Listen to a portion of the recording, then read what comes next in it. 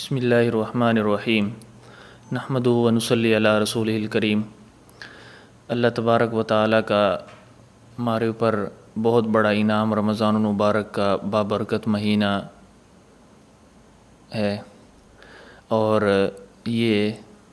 اللہ تبارک و تعالیٰ سے دعا ہے کہ اللہ تبارک و تعالیٰ اس کی قدر کرنے کی توفیق عطا فرمائے اور اس کی برکت سے پوری دنیا کو اور بالخصوص ان مریضوں کو جو کرونا وائرس سے متاثر ہیں یا اس کے علاوہ اور بیماری میں مبتلا ہیں، اللہ تبارک و تعالیٰ اس کی برکت سے سب کو شفا عطا فرمائے۔ سوالات کا سلسلہ شروع کرتے ہیں۔ محمد شاہ نواز انڈیا سے سوال کرتے ہیں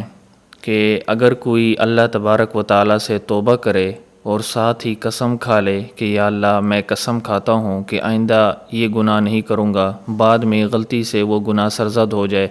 تو ظاہر ہے کہ اس کی توبہ اور قسم دونوں ٹوٹ گئے۔ پوچھنا یہ ہے کہ کیا اس صورت میں قسم توڑنے کا کفارہ ادا کرنا لازم ہے؟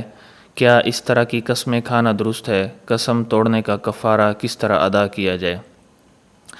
دیکھیں، اگر کوئی آدمی ایسا ہے کہ کسی گناہ سے جان چھڑانے کے لیے یا اس کی گناہ کی عادت بن گئی ہے، لیکن اپنے آپ سے گناہ کو ختم کرنے کے لیے جبراً اپنے اوپر کوئی قسم کھا لیتا ہے اور یہ کہتا ہے کہ آج کے بعد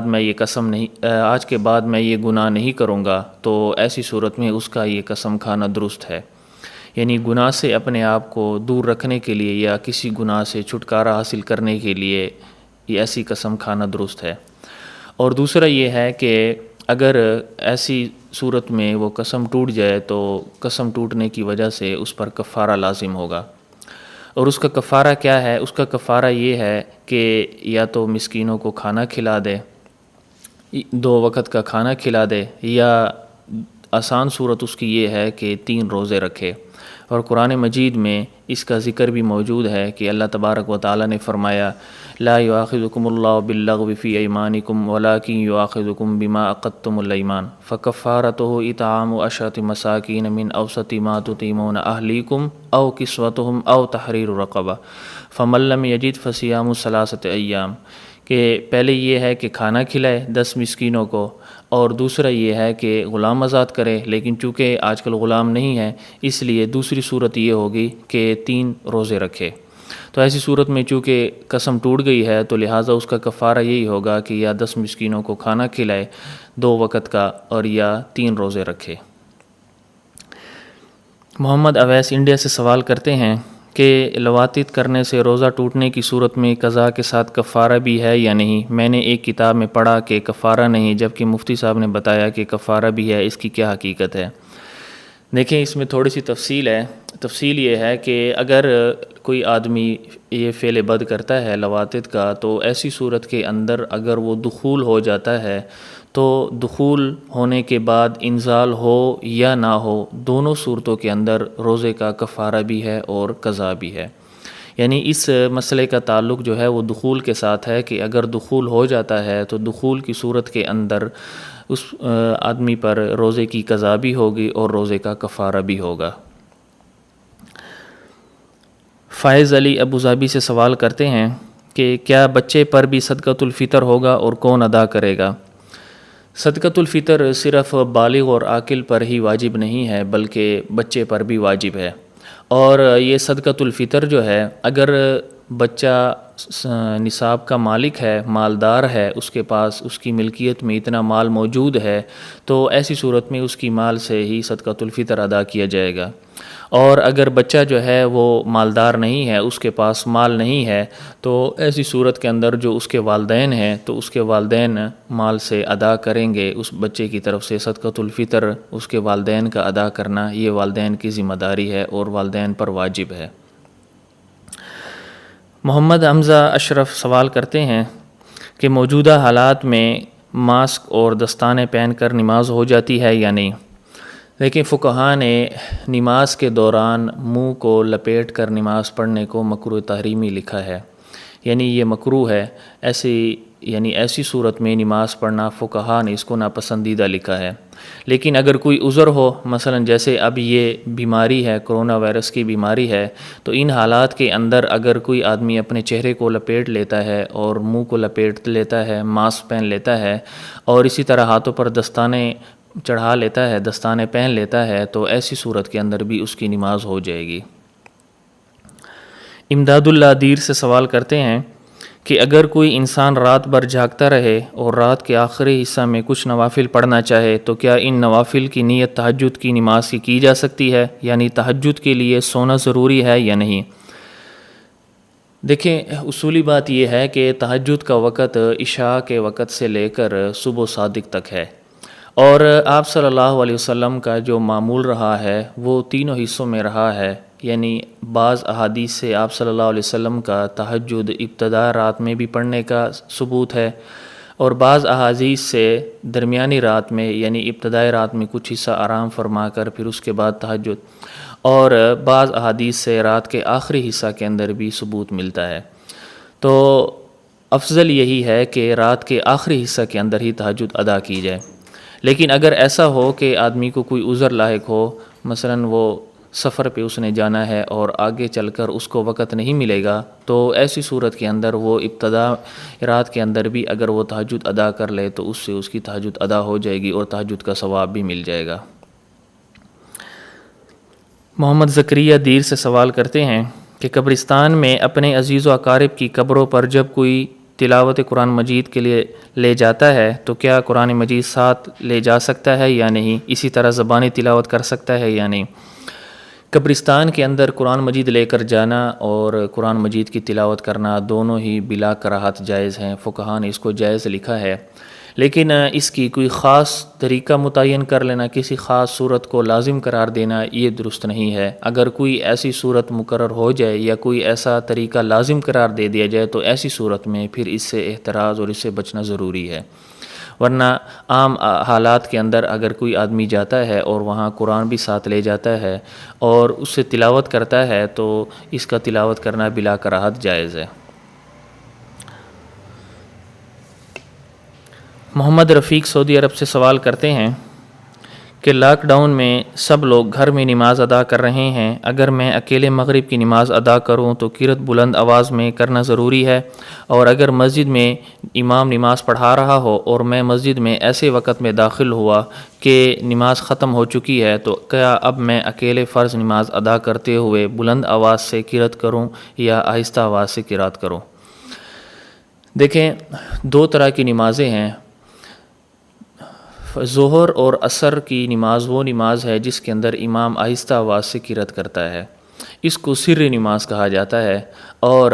دوسری یعنی مغرب، عشاء اور فجر کی نماز وہ نماز ہے کہ جس کے اندر امام صاحب بلند آواز سے قرأت کرتے ہیں۔ تو جو آہستہ آواز سے قرأت کرنے والی نمازیں ہیں جن کو سری نمازیں کہا جاتا ہے، اس کے اندر اگر کوئی آدمی اکیلے نماز پڑھتا ہے تو اکیلے نماز پڑھنے کی صورت میں بھی وہ آہستہ آواز سے ہی قرأت کرے گا، اور وہ نمازیں جس کے اندر بلند آواز سے قرأت کی جاتی ہے جن کو جہری نمازیں کہتے ہیں، تو اس کے اندر اگر کوئی آدمی اکیلے نماز پڑھتا ہے تو اس کو اختیار ہے، چاہے تو وہ بلند آواز سے قرأت کرے اور چاہے تو وہ آہستہ آواز سے قرأت کرے، دونوں کا اختیار ہے۔ لہٰذا جو محمد رفیق صاحب، اگر آپ مغرب کی نماز اکیلے پڑھتے ہیں تو ایسی صورت کے اندر آپ کو اختیار ہے، چاہے آپ بلند آواز سے قرأت کریں اور چاہے آپ آہستہ آواز سے قرأت کریں، دونوں صورتوں کے اندر آپ کے لیے یہ گنجائش موجود ہے۔ محمد اویس ناروال سے سوال کرتے ہیں کہ فطرانہ کس کو دیا جاتا ہے؟ فطرانہ اس آدمی کو دیا جا سکتا ہے جو زکوٰۃ کا مستحق ہو، یعنی جو زکوٰۃ کے مصارف ہیں وہی فطرانے کے مصارف ہیں۔ جن لوگوں کو زکوٰۃ دی جا سکتی ہے انہی لوگوں کو ہی فطرانہ دیا جا سکتا ہے، اور جن کو زکوٰۃ نہیں دی جا سکتی ان کو فطرانہ بھی نہیں دیا جا سکتا۔ حافظ محمد عمران انڈیا سے سوال کرتے ہیں کہ اگر مقتدیوں میں سے کسی کو اقامت نہ آتی ہو تو امام خود اقامت کہہ سکتا ہے؟ اسی طرح موجودہ حالات میں بہت سے لوگ تراویح اور نماز گھر میں پڑھ رہے ہیں جن میں بہت سارے لوگ پینٹ شرٹ والے ہیں، تو کیا پینٹ شرٹ پہن کر امامت کرنا درست ہوگا؟ دیکھیں، اس کی تین صورتیں ہیں۔ ایک تو یہ ہے کہ جو اذان دیتا ہے، جو مؤذن ہے، اسی کا ہی حق ہے کہ وہ اقامت کہے، اور دوسرا یہ ہے کہ اگر جو اذان دینے والا مؤذن ہے اگر وہ کسی کو اجازت دے دیتا ہے اور وہ اس کی اجازت سے اقامت کہتا ہے تو ایسی صورت کے اندر بھی اس آدمی کا اقامت کہنا درست ہے۔ تیسری صورت یہ ہے کہ امام صاحب ہیں اور جو مقتدی حضرات ہیں ان کو بھی اقامت آتی ہے، لیکن اس کے باوجود پھر بھی امام صاحب اقامت کہتے ہیں اور اقامت کے بعد پھر مصلی پر تشریف لے جاتے ہیں اور نماز شروع کرتے ہیں، تو ایسی صورت میں بھی امام کا اقامت کہنا درست ہے، اس میں کوئی حرج کی بات نہیں ہے اور اس کی گنجائش موجود ہے۔ سوال کا دوسرا حصہ کہ لوگ تراویح اور نماز گھر میں پڑھ رہے ہیں جن میں بہت سارے لوگ پینٹ شرٹ والے بھی ہیں، تو دیکھیں صلحاء کا لباس یہ ہے کہ پینٹ شرٹ نہ پہنی جائے، یعنی صلحاء کے لباس کے اندر ایسا لباس موجود نہیں ہے۔ اور دوسری بات یہ بھی ہے کہ پینٹ شرٹ پہن کر ایک تو یہ فریضہ ادا کرنا بہت مشکل ہو جاتا ہے، کیونکہ اس کی وجہ یہ لباس ایسا ہے کہ بہت چست ہوتا ہے جس کی وجہ سے ارکان کی ادائیگی میں مشکل ہوتی ہے، اور جیسے میں نے پہلے عرض کیا کہ یہ صلحاء کا لباس بھی نہیں ہے، لہٰذا صلحاء کے لباس پہن کر ہی امامت کرائی جائے۔ ہاں اگر کوئی ایسی جگہ ہے یا کوئی ایسا عذر ہے کہ اور لباس موجود نہیں ہے اور نماز کا وقت ہے اور کوئی اور نماز پڑھانے والا بھی نہیں ہے، یعنی ایسے اعذار موجود ہیں، تو مجبوری کی صورت کے اندر اگر کوئی آدمی ایسا ہے جس نے پینٹ شرٹ پہنی ہوئی ہے اور وہ امامت کرا دیتا ہے تو ایسی صورت میں اس کی جو امامت ہے وہ درست ہو جائے گی۔ حسنین مظہر لاہور سے سوال کرتے ہیں کہ میرے دوست نے اس رمضان المبارک میں پہلی بار اعتکاف بیٹھنا ہے، اس کے لیے کیا نیت کرنی چاہیے، اور وہ جاننا چاہتا ہے کہ اس دوران کون سے اعمال زیادہ فضیلت والے ہیں اور کیا اعمال کرنے چاہیے۔ اعتکاف کے لیے بس صرف اتنی ہی نیت کافی ہے کہ میں سنت اعتکاف کی نیت کرتا ہوں، تو اس صورت میں اس کا اعتکاف شروع ہو جائے گا۔ اور دوسرا سوال کا جو جز ہے کہ وہ کون سے اعمال ہیں جو اس دوران کریں، تو کچھ اعمال تو ایسے ہیں کہ اس دوران اس پر لازم ہے، مثلا فرض نمازیں ہیں، اور مسجد کے اندر جو ہے مسجد کے آداب کا خیال رکھنا یہ تو ضروری ہے، اور کچھ اعمال ایسے ہیں کہ جن کو جو ہے وہ آسانی کے ساتھ ادا کر سکتا ہے، مثلا تلاوت کا خوب اہتمام کرے، نوافل کا خوب اہتمام کرے۔ اور میں سمجھتا ہوں کہ سب سے ضروری چیز جو ہے وہ یہ ہے کہ اگر کوئی آدمی ایسا ہے کہ جو صاحب ترتیب نہیں ہے اور اس کے ذمہ کچھ قضا نمازیں ہیں، کچھ رہ جاتی ہیں سفر کی وجہ سے، کسی عذر کی وجہ سے، تو یہ بہترین موقع ہے اس کو ادائیگی کا کہ مسجد میں بھی موجود ہے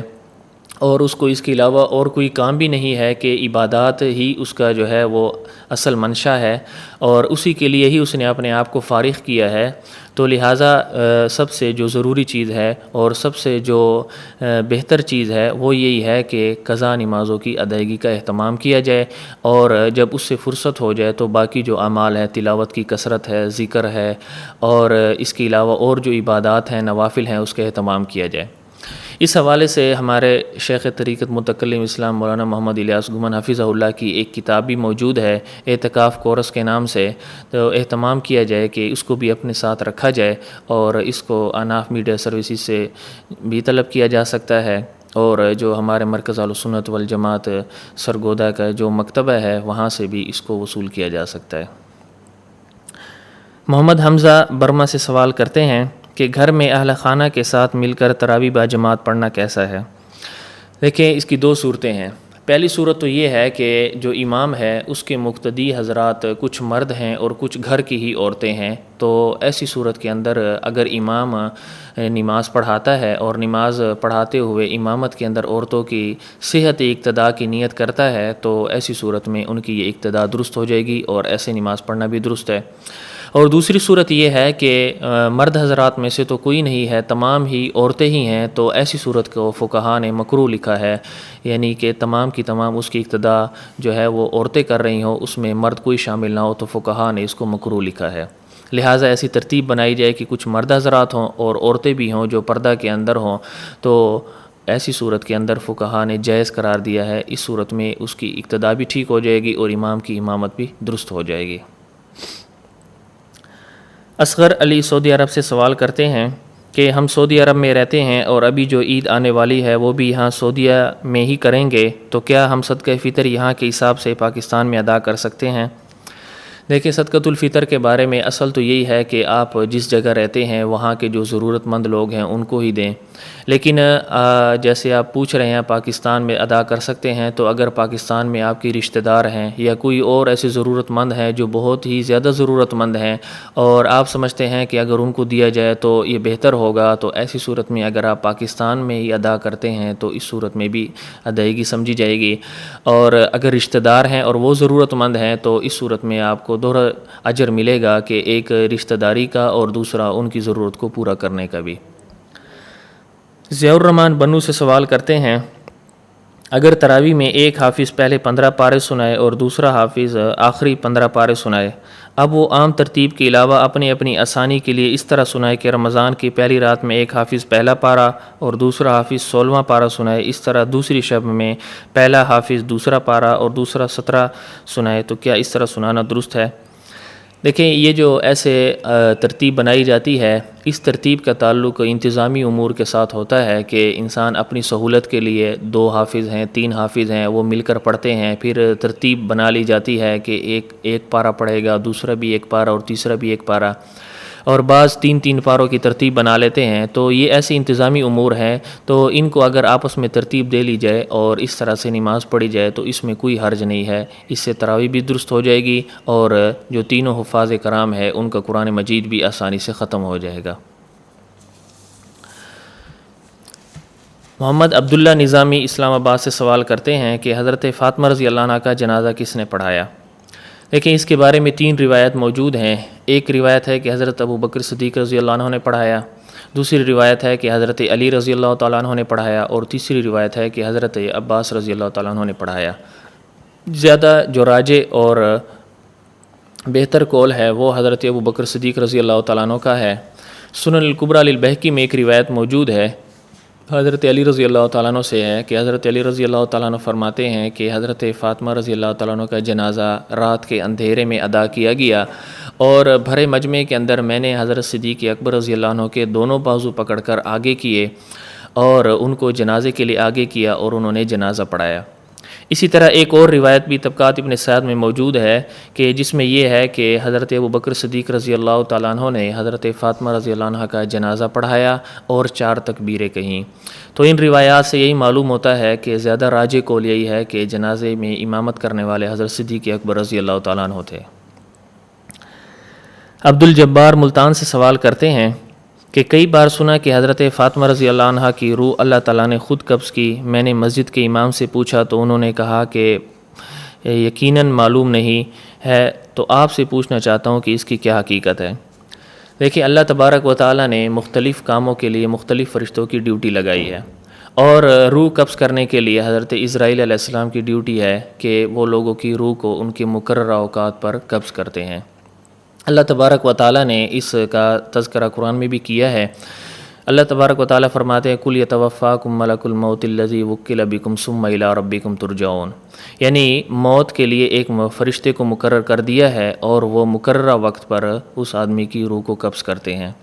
تو یہ جو مذکورہ واقعہ یہاں پر ذکر کیا گیا ہے، یہ کسی مستند کتاب میں یا کسی جگہ اس کا ذکر نہیں مل سکا، اس لیے یہی کہا جائے گا کہ عام قانون کے مطابق حضرت فاطمہ رضی اللہ عنہ کی جو روح ہے وہ بھی حضرت اسرائیل علیہ السلام نے ہی قبض کی ہے۔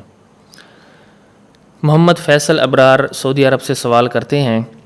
کہ ایک واقعہ بہت زیادہ بیان کیا جاتا ہے کہ ایک بوڑھی عورت تھی جو پیارے آقا جناب محمد رسول اللہ صلی اللہ علیہ وسلم پر کوڑا وغیرہ ڈال دیا کرتی تھی، یہ واقعہ کہاں تک درست ہے؟ یہ واقعہ ایسا ہے کہ جس کی کوئی بنیاد نہیں ہے اور کسی کتاب میں اس کا تذکرہ نہیں ہے، یعنی آپ صلی اللہ علیہ وسلم کی مکہ کی زندگی اور مدینہ دونوں کی زندگی میں اس طرح کے کسی واقعے کا تذکرہ نہیں ملتا، لہٰذا اس واقعے کے بارے میں یہی کہا جائے گا کہ یہ واقعہ من گھڑت ہے اور بے بنیاد ہے، موضوع ہے۔ محمد اسماعیل مردان سے سوال کرتے ہیں کہ اگر کسی کی دکان ہو اور نصاب سے کم ہو تو زکوٰۃ کی کیا ترتیب ہوگی؟ دیکھیں اگر کوئی ایسی دکان ہے جس کے اندر نصاب سے کم مال موجود ہے تو ایسی صورت میں اس پر زکوٰۃ نہیں ہوگی، جب نصاب ہی نہیں ہے تو ایسی صورت میں اس پر کوئی زکوٰۃ بھی نہیں لاگو ہوگی۔ محمد گلاب خان پشاور سے سوال کرتے ہیں کہ ایک آدمی کی 5 دکانیں ہیں جن کا ان کو ماہانہ کرایہ ملتا ہے، لیکن اس مالک کے دکان نے خود دوسرے آدمی سے دکان کرائے پر لی ہوئی ہے جس کا وہ ماہانہ کرایہ دیتا ہے۔ تو اب مذکورہ صورت میں جس آدمی کی 5 دکانیں ہیں، کیا اس دکانوں کی زکوٰۃ دینا واجب ہے؟ دیکھیں، دکانوں پر تو زکوٰۃ نہیں ہے، لیکن اگر اس کا جو ماہانہ کرایہ اس کو ملتا ہے اگر وہ نصاب کو پہنچتا ہے، یا کوئی اور مال ہے جس کے ساتھ مل کر وہ نصاب کو پہنچتا ہے، تو اس کرایے کے اوپر زکوٰۃ دینا لازم ہوگا۔ محمد شہباز انڈیا سے سوال کرتے ہیں کہ آج کل ایک میسیج گردش کر رہا ہے جس کو رسول صلی اللہ علیہ وسلم کے فرمان سے منسوب کیا جا رہا ہے۔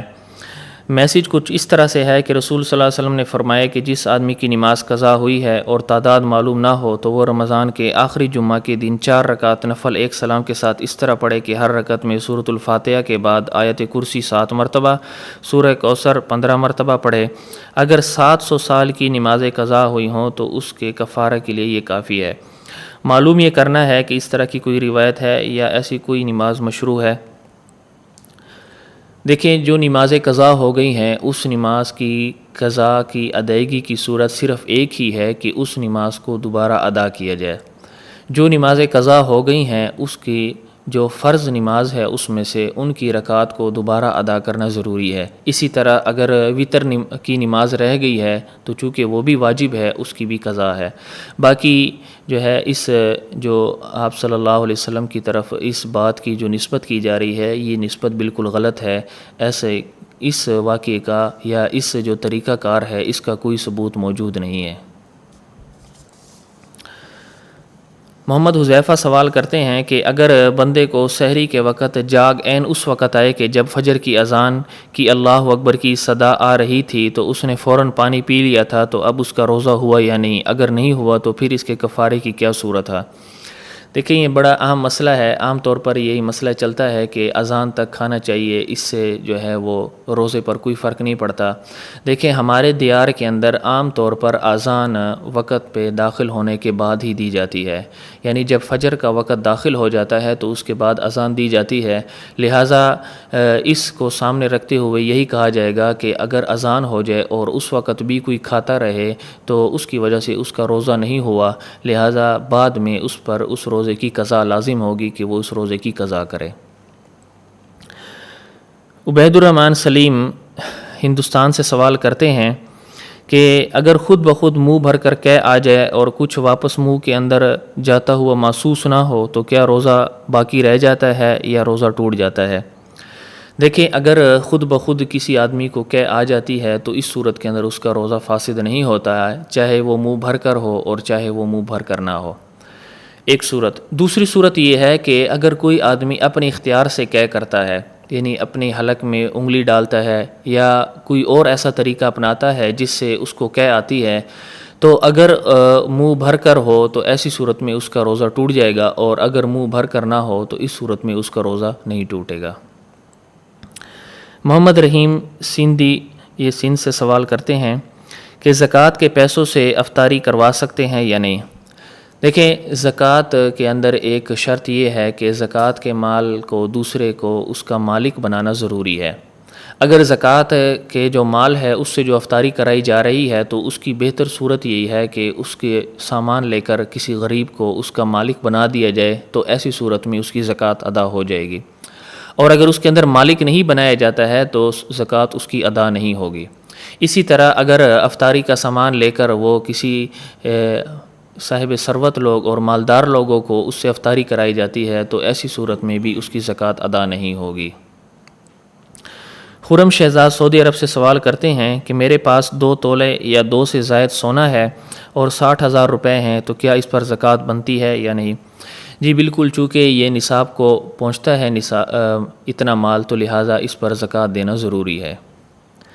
محمد صفدر جاوید سوال کرتے ہیں کہ سنت مؤکدہ اور سنت غیر مؤکدہ پڑھنے کا طریقے میں جو فرق ہے اس کے بارے میں رہنمائی فرمائیں۔ دیکھیں، 2 طرح کے ہیں۔ ایک ہے سنت مؤکدہ۔ سنت مؤکدہ کا مطلب ہے کہ ایسی سنتیں جس پر آپ صلی اللہ علیہ وسلم نے تاکید کی ہے اور آپ صلی اللہ علیہ وسلم نے اس کی ادائیگی کا اہتمام کیا ہے۔ اور دوسری وہ سنتیں ہیں کہ جس پر آپ صلی اللہ علیہ وسلم نے تاکید نہیں کی ہے اور آپ صلی اللہ علیہ وسلم نے اس کا خاص اہتمام نہیں کیا ہے، بلکہ کبھی کبھار اس کو چھوڑ بھی دیا ہے۔ تو سنت مؤکدہ وہ سنتیں ہیں کہ فجر کی 2 رکعت، ظہر سے پہلے کی 4 رکعت، ظہر کی فرض نماز کے بعد کی 2 رکعت، مغرب کی فرض نماز کے بعد 2 رکعت سنت، اور عشاء کی فرض نماز کے بعد 2 رکعت سنت۔ یعنی یہ ایسی سنتیں ہیں کہ جن کو سنت مؤکدہ کہا جاتا ہے۔ اور سنت غیر مؤکدہ وہ سنتیں ہیں، مثلا عصر کی جو پہلی 4 رکعت سنتیں ہیں، اور اسی طرح عشاء کے فرض سے پہلے جو 4 رکعت سنتیں ہیں، ان کو سنت غیر مؤکدہ کہا جاتا ہے۔ اس میں معمولی سا فرق ہے، وہ یہ ہے کہ جب 4 رکعت سنتیں ہیں جو سنت غیر مؤکدہ ہیں، اس میں 2 رکعت کے بعد جب تشہد میں بیٹھتے ہیں تو التحیات جب پوری پڑھتے ہیں عبدہ و رسولہ تک، تو اس کے بعد درود شریف بھی پڑھا جائے اور دعا بھی پڑھی جائے، اور جب تیسری رکعت کے لیے اس کے بعد کھڑے ہوتے ہیں تو تیسری رکعت میں ثنا پڑھی جائے اور اس کے بعد پھر فاتحہ اور اس کے بعد سورت پڑھی جائے۔ اور جو سنت مؤکدہ ہیں اس کے اندر 2 رکعت پر بیٹھنے میں تشہد کی حالت میں صرف التحیات عبدہ و رسولہ تک پڑھ کر پھر تیسری رکعت کے لیے کھڑے ہو جاتے ہیں۔ افضل طریقہ یہی ہے، لیکن اگر کبھی بھولے سے ایسا کر لے کہ سنت مؤکدہ اور سنت غیر مؤکدہ دونوں میں ہی عبدہ و رسولہ کے بعد تیسری رکعت کے لیے کھڑے ہو جائیں، تو اس صورت میں بھی وہ سنتیں ادا ہو جائیں گی، اس میں کوئی فرق نہیں آئے گا۔ لہٰذا افضل طریقہ وہی ہے کہ پورا پڑھا جائے، لیکن اگر کبھی بھولے سے یا توجہ نہیں رہی اور اس صورت میں عبدہ و رسولہ کے بعد ہی تیسری رکعت کے لیے کھڑا ہو گیا، تو ایسی صورت میں بھی اس کی وہ سنتیں ادا شمار ہوں گی۔ محمد عدنان گجرات سے سوال کرتے ہیں کہ اگر کسی کے پاس صرف نقدی موجود ہے اور اس کی مقدار 52.5 تولہ چاندی کے برابر ہو تو کیا اس پر زکوٰۃ واجب ہوگی؟ جی بالکل، اگر کسی آدمی کے پاس نقدی ہے اور وہ 52.5 تولہ چاندی کی جو قیمت ہے اس کو پہنچتی ہے یا اس سے زائد ہے تو اس پر زکوٰۃ لازم ہوگی اور اس کی زکوٰۃ نکالنی ہوگی۔ ایک عورت رمضان کا 10 دن کی نیت سے اعتکاف کرتی ہے،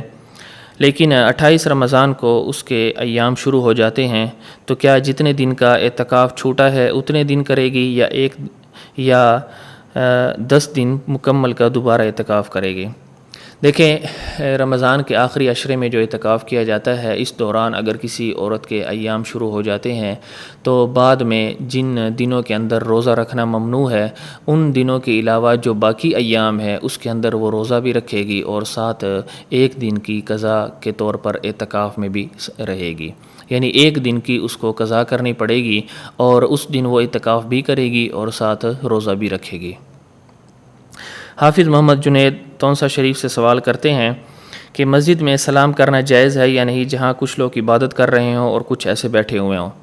دیکھیں، فقہاء نے بعض مقامات ایسے لکھے ہیں کہ جہاں پر سلام کرنا درست نہیں ہے، فقہاء نے اس کو مکروہ لکھا ہے۔ اس میں سے ایک یہ ہے کہ جب آدمی مسجد میں داخل ہو اور لوگ نماز کے اندر یا عبادات کے اندر مشغول ہو تو بلند آواز سے سلام کرنا، فقہاء نے اس کو مکروہ لکھا ہے، کیونکہ جو آدمی نماز پڑھ رہا ہے اس کی نماز میں خلل واقع ہو جاتا ہے، جو آدمی ذکر میں ہے اور جو آدمی نوافل پڑھ رہا ہے، تلاوت کر رہا ہے، تو ان کی عبادات کے اندر خلل واقع ہو جاتا ہے، اس لیے فقہاء نے اس کو مکروہ لکھا ہے۔ ہاں، اس کی بہتر صورت یہ ہے کہ مسجد میں داخل ہونے کے بعد ایسی آواز سے سلام کہا جائے کہ جو آدمی فارغ ہو یا جس وہ ابھی ہی مسجد میں داخل ہوا ہو اس تک وہ آواز چلی جائے اور وہ سلام کا جواب دے دے، اور جو آدمی کسی عبادت میں مشغول ہو تو اس کی عبادت میں مشغولیت کی وجہ سے اس کی عبادت میں کوئی خلل واقع نہ ہو، تو ایسی صورت میں اگر ایسی آواز کے ساتھ اگر سلام کہا جائے تو اس کی وجہ سے اس پر کوئی حرج لازم نہیں آئے گا۔ محمد عمران کراچی سے سوال کرتے ہیں کہ تراویح کی ہر 2 رکعت پر جب شروع کرتے ہیں تو ثنا پڑھنی چاہیے یا نہیں؟ بالکل، جب تراویح 2 رکعت پڑھی جاتی ہے تو جب ہر 2 رکعت پر امام صاحب اللہ اکبر کہہ کر تراویح شروع کرتے ہیں تو سب سے پہلے ثنا پڑھی جائے اور اس کے بعد فاتحہ پڑھی جائے اور اس کے بعد پھر آگے جو قرآن کا حصہ ہے وہ پڑھا جائے۔ الیاس احمد خیر پور سندھ سے سوال کرتے ہیں کہ جمعہ کی 1 رکعت نکل جائے تو دوسری رکعت پورا کرنے کے لیے کیا طریقہ ہے؟ دیکھیں، آسان سا طریقہ ہے کہ جب آپ امام صاحب کے ساتھ تشہد میں بیٹھتے ہیں اور امام صاحب سلام پھیر دیتے ہیں تو سلام پھیرنے کے بعد آپ کھڑے ہو جائیں اور کھڑے ہو کر پہلے آپ ثنا پڑھیں، ثنا کے بعد سورۃ الفاتحہ اور فاتحہ کے بعد سورۃ اور سورت کے بعد پھر آپ رکوع سجدہ کر کے آپ اتحیات میں بیٹھیں، آپ تشہد پڑھیں اور اس کے بعد درود شریف اور دعا پڑھ کر آپ سلام پھیر دیں تو آپ کی ایک رکعت اس سے ادا ہو جائے گی۔ محمد عبداللہ ملتان سے سوال کرتے ہیں کہ صدقۃ الفطر میں اگر کسی اور کی طرف سے دینا ہو تو کیا اجازت ضروری ہے یا نہیں؟ دیکھیں، صدقۃ الفطر اگر کوئی آدمی کسی اور کی طرف سے دیتا ہے تو اس کی اجازت دینا یا اس سے اجازت لینا جو ہے وہ ضروری ہے۔ اور اگر کوئی شوہر جو ہے وہ اپنی بیوی کی طرف سے اجازت صدقۃ الفطر ادا کرتا ہے تو ایسی صورت کے اندر چونکہ عادتاً اس کی اجازت ہی شمار ہوتی ہے، لہٰذا وہاں پر صراحتاً اجازت لینا ضروری نہیں ہے، بلکہ جیسے عادت کے طور پر سمجھا جاتا ہے، لہٰذا وہاں پر اگر شوہر بیوی کی طرف سے صدقۃ الفطر ادا کر دیتا ہے تو اس کی ادائیگی ہی شمار ہوگی۔ اللہ تبارک و تعالیٰ سے دعا ہے کہ اللہ تبارک و تعالیٰ ہمیں رمضان المبارک کے قیمتی لمحات کو مزید قیمتی کرنے کی توفیق عطا فرمائے۔ وآخر دعوانا ان الحمد للہ رب العالمین۔